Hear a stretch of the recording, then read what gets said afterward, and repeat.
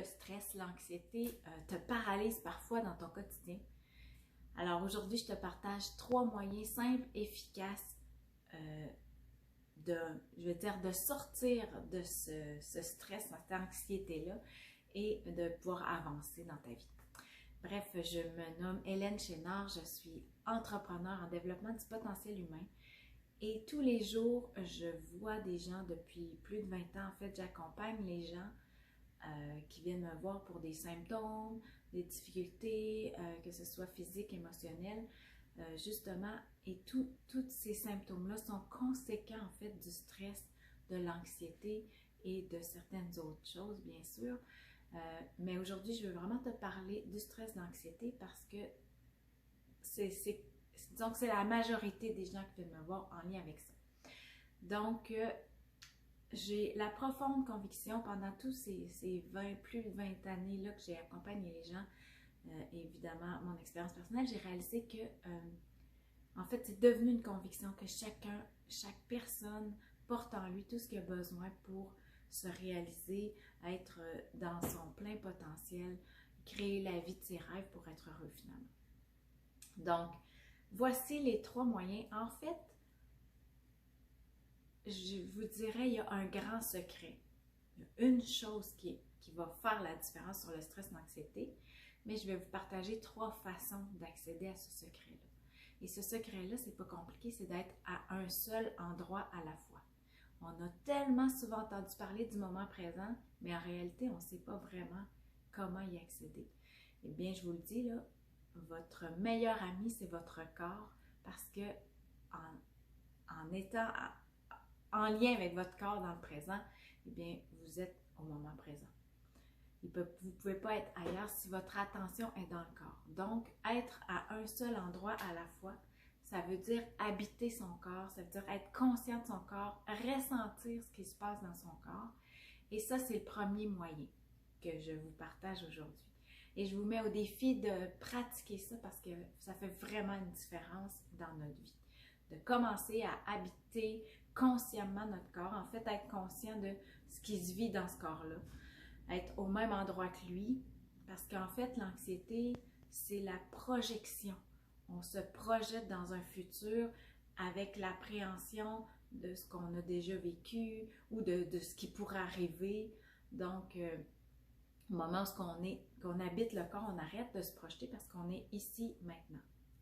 Donc, premier moyen, être ici maintenant. Deuxième façon, bien, pour justement être capable d'être ici maintenant, il faut savoir que dans le temps, ça rentre, qu'on a le temps de faire tout ce qu'on a à faire. Donc, d'avoir un agenda planifié, organisé en fonction de nos priorités, de ce qui est important, de ce qui doit rentrer dans l'horaire, pour qu'on puisse être là, en train de faire ce qu'on est en train de faire, sans avoir la tête ailleurs.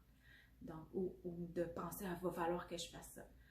Donc, si vous avez besoin de vous prendre un petit calepin pour écrire ce qui vous passe par la tête pour pouvoir ensuite planifier les choses, ça vous évite d'être éparpillé et ça diminue énormément le niveau de stress, d'anxiété que tout ça engendre.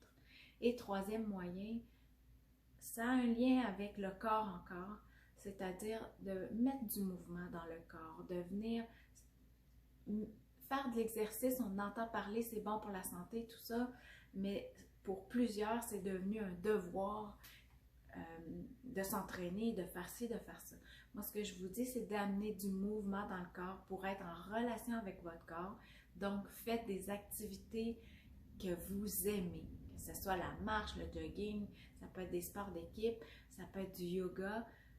Soyez à l'écoute de votre corps, de ses besoins et trouvez une activité que vous aimez, qui va vous faire du bien et qui va vous permettre de justement être en relation avec le corps, mais également d'évacuer le trop-plein qui souvent est au niveau émotionnel.